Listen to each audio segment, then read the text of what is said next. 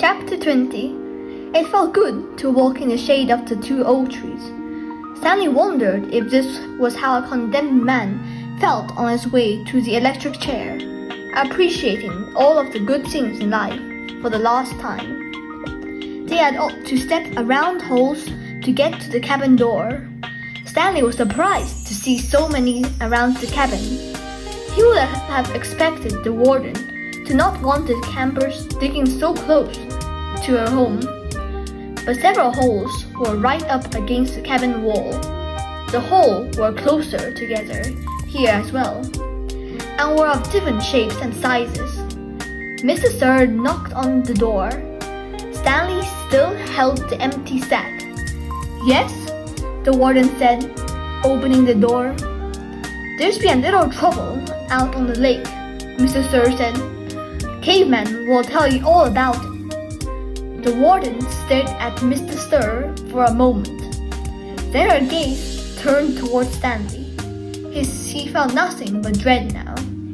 "Come in, I suppose," said the warden. "You're letting the cold out."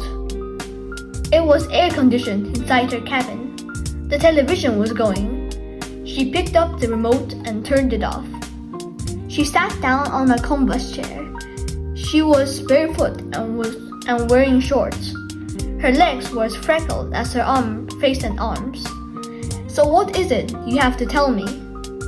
Stanley took a breath to steady himself. "While Mr. Sir was filling the canteens, I snuck into the truck and stole a sack of sunflower seeds." "I see." She turned to Mr. Sir. "That's why you brought him here?" "Yes, but I think he's lying. I think someone else stole the sack, and Caveman is covering up for X-ray or somebody. It was a 20-pound sack, and he claims to have eaten them all by himself." He took the sack from Stanley and handed it to the warden. "I see," the warden said again. "The sack wasn't full," said Stanley, "and I spilled a lot. You can check my hole." "In that room, Caveman, there's a small flowered case. Will you get it for me, please?" She pointed to a door. Stanley looked at the door, then at the warden, then back at the door. He slowly walked towards it. It was a kind of dressing room with a sink and a mirror. Next to the sink, he saw the case, white with pink roses. He brought it back out to the warden, and she set it on the glass coffee table in front of her. She unclasped the latch and opened the case. It was a makeup case. Stanley's mother had one similar to it. She saw several bottles of nail polish removers, a couple of lipstick tubes, and other jars and powders. The warden held up a small jar of dark red nail polish. "You see this, Caveman?" He nodded. "This is my special nail polish. Do you see the dark, rich color? You can buy that in a store. I have to make it myself." Stanley had no idea why she was showing it to him. He wondered why the warden would ever have to need to wear nail polish or makeup. "Do you want to know my secret ingredient?" He raised and lowered one shoulder. The warden opened the bottle. Rattlesnake venom.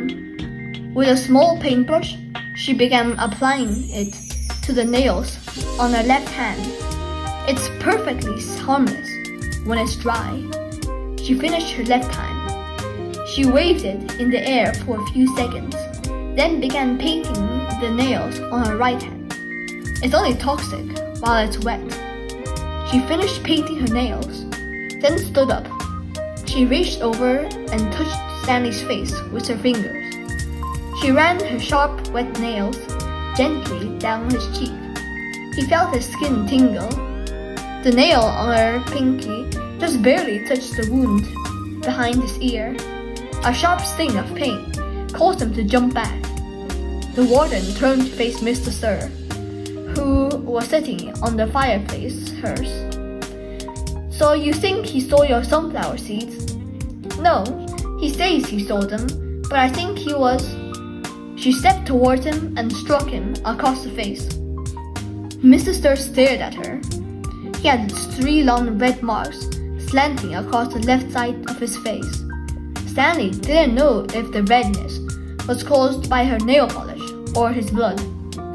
It took a moment for the venom to sink in. Suddenly, Mr. Stir screamed and clutched his face with both hands. He let himself fall over, rolling off the hearse and onto the rug. The warden spoke softly. "I don't especially care about your sunflower seeds," Mr. Stir moaned. "If you must know," said the warden, "I liked it better when you smoked." For a second, Mr. Stir's pain seemed to recede. He took several long, deep breaths. Then his head jerked violently, and he let out a shrill scream, worse than the one before. The warden turned to Stanley.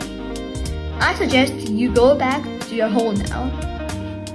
Stanley started to go, but Mr. Stir lay in the way. Stanley could see the muscles on his face jump and twitch. His body writhed in agony. Stanley stepped carefully over him. "Is he?" "Excuse me?" said the warden. Stanley was too afraid to speak. "He's not going to die," the warden said. "Unfortunately for you."